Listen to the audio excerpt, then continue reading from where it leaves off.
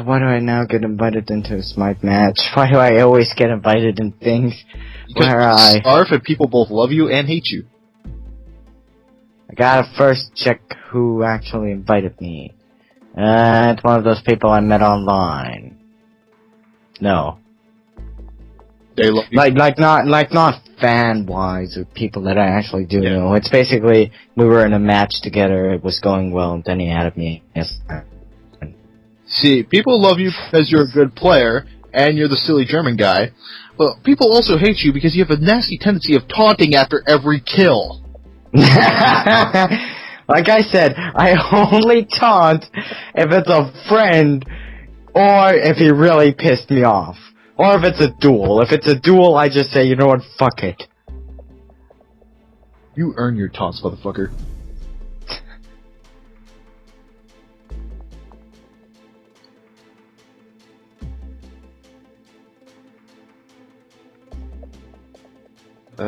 Where is it? Oh, right here. Oh, wrong way.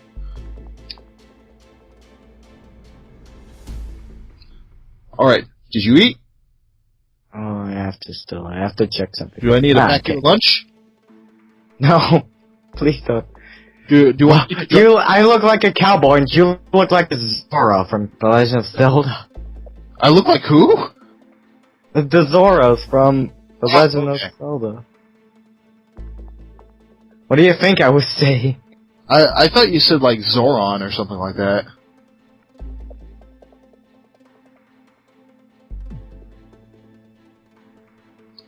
But the whole resemblance to Zora, very, very vague. It is. Yes, it is. It's so long since I really played the Legend of Zelda game. I'm trying to get into the series, but I don't know. Do A Link to the Past first. I mean, yeah, it's a 2D one, and between 2D and 3D, I would recommend 3D first, but if you want just bare bones without anything complicated getting into the way, then A Link to the Past is probably the way to go. I did play A Link Between Worlds, and I fucking love that game. But other Zelda games I just can't get into. A Link Between Worlds would have been a better way of saying A Link to the Past remake. Because between the two, I think A Link to the Past is still better. In fact, a lot of people said that. I don't even get why A Link Between Worlds needs to exist, to be honest. I think it's different enough. Like, many people actually do say that it's different enough from A Link to the Past. I still have to play it. But it seems like I did have a lot of fun with A Link Between Worlds, and it's one of the greatest 3DS games I played. I still don't know which one is my favorite. Like, I love the Phoenix Wright game, Dual Destinies. I fucking adored Fire Emblem Awakening. And I amazingly loved Kingdom Hearts 3D. Even though I'm maybe one of the few people that did. With Fire Emblem Awakening, I find my opinion is always sort of evolving and switching around. Not becoming inconsistent, but sort of expanding upon my original theories about the game. But I think gameplay-wise, it's a good game, but it's bastardizing. Like, if you compared it to something like Path of Radiance, then you will see that it is a hell of a lot easier. And the open world map allows you to grind for grind levels, which, you know, that's a very nice feature. The features it does add, like I said, they're good, but at the same time they're bastardizing in the sense that it makes the game a lot easier. The game was pretty easy to me, but that still didn't stop me of having to restart a lot of times. I may be going to start a hard mode, normal, like with people actually dying, trying to not have anyone killed playthrough.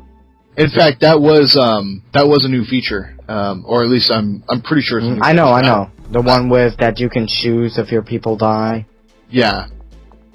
I haven't played all the Fire Emblem games. I've played at least 6 in the series, I know for a fact. but that's the first one where I played where characters can actually not die, which I don't care. I still play like the characters die. Yeah, for a lot of people I can understand since they probably never played any of the Fire Emblem games, since it's not that big of a thing in Europe or America. But I still wanted to play it like a normal Fire Emblem game, so I did choose that my people die. Yeah, Fire Emblem is a series that really deserves a lot more recognition. But if there's one thing I can definitely criticize Awakening for, is that its story is fucking shit. The more I think about it, the more I realize how bad the story is. I did like a lot of the characters. That one is one of the good things for me in the game. To a degree, I can disagree to you, but at the same time I can agree, which I want you to try to make sense of that in any sort of way you possibly can. The thing I don't like about the characters is that they feel like they're cardboard cutouts. They feel more like stereotypes than actual characters. Yeah. But the dialogue that they have and their support conversations does redeem a lot of those stereotypical elements. With some of them, not with all of them, because there are quite a few that are still just stereotypes, which, that bothers me.